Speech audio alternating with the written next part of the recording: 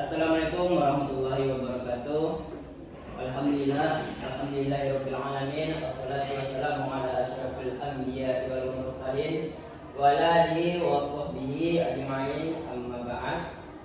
Baiklah, mahasiswa Bapak, kita di sini akan mempelajari sejarah tentang sejarah Islam ya. Lebih tepatnya yaitunya tentang perjanjian Hudaybiyah. Jadi mahasiswa Bapak di sini, Bapak akan menjelaskan apa itu isi perjanjian Hudaybiyah dan apa itu perjanjian Hudaybiyah. Jadi murid-murid Bapak semuanya, mahasiswa Bapak yang Bapak sayangi, pada tahun ke-6 Hijriah, Nabi Muhammad SAW bersama sekitar 1.400 sahabat berangkat dari Madinah menuju Mekah dengan niat untuk menunaikan ibadah umroh. Namun di sini kaum Quraisy menolak memberikan izin kepada kaum muslimin, maksudnya, mohon maaf Pak, kepada kaum muslimin. Jadi dulu Nabi Muhammad ini melakukan perjalanan dari Madinah ke Mekah dengan para sahabatnya. Sahabatnya ini berjumlah 1.400 yang tercatat di dalam sejarah ya. Jadi ketika itu Nabi Muhammad ingin memasuki Madinah itu, menuju Mekah, maksudnya masuk ke Mekah itu, Nabi Muhammad ini dicegat oleh kaum Quraisy yang mana mereka ini tidak memberikan izin untuk memasuki kota Mekah tersebut. Jadi karena menanggapi hal itu,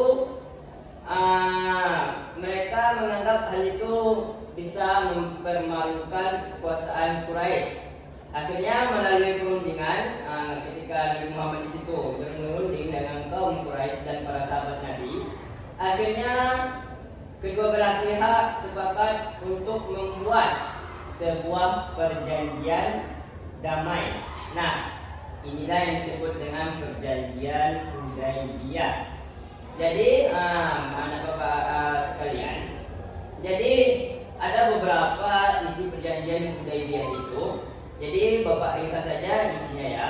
Yang pertama yaitunya ada gencatan senjata selama 10 tahun antara kaum muslimin dan kaum Quraisy. Nah, jadi kan sebelum itu kan ada konflik antara kaum Quraisy dengan kaum muslimin. Jadi karena Nabi Muhammad SAW ingin memasuki Mekah, maka beliau membuat perjanjian damai, yaitu perjanjian Hudaybiyah untuk memasuki kota Mekah tersebut.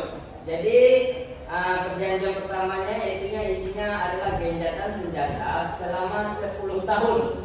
Lama gencatan senjata itu ialah 10 tahun antara kaum muslimin dan kaum Quraisy. Kemudian perjanjian kedua ialah kaum muslimin tidak diperbolehkan menunaikan umroh tahun itu, tetapi boleh kembali tahun depan dan tinggal di Mekah selama 3 hari. Nah, itu isi perjanjian yang kedua ya.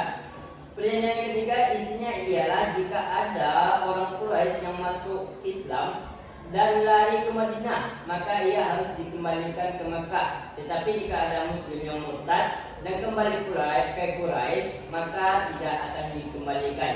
Jadi di sini kaum Quraisy meminta perjanjian kepada kaum muslimin, jika ada orang Quraisy yang masuk Islam dan lari ke Madinah, maka ia harus dikembalikan ke Mekah. Tapi jika ada muslimin yang murtad yang kembali ke Quraisy, maka tidak akan dikembalikan, seperti itu. Jadi seandainya ada di sini kaum Quraisy itu dia masuk Islam dan mereka lari ke Madinah, tempat Nabi Muhammad SAW, maka mereka yang lari ini dikembalikan kepada kaum Quraisy tadi.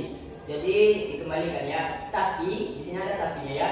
Jika seandainya orang Quraisy yang masuk Islam, maka mohon maaf, jika orang muslimin yang masuk ke kaum Quraisy itu orang muslimin atau orang Quraisy, maksudnya orang Quraisy tidak boleh membalikkan atau mengembalikan orang yang telah masuk ke dalam kaum Quraisy tadi. Jadi seperti itu ya.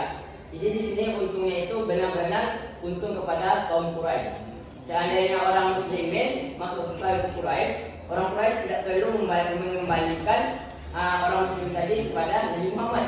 Namun jika orang Quraisy yang pergi ke kaum Nabi Muhammad harus mengembalikannya kepada kaum Quraisy, gitu ya.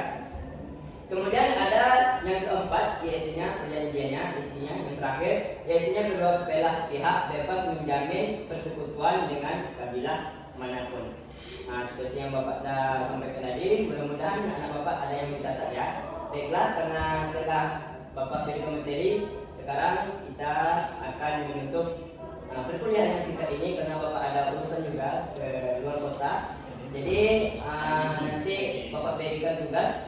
Anda silakan buat tugasnya. Mungkin sekian dari Bapak. Assalamualaikum warahmatullahi wabarakatuh.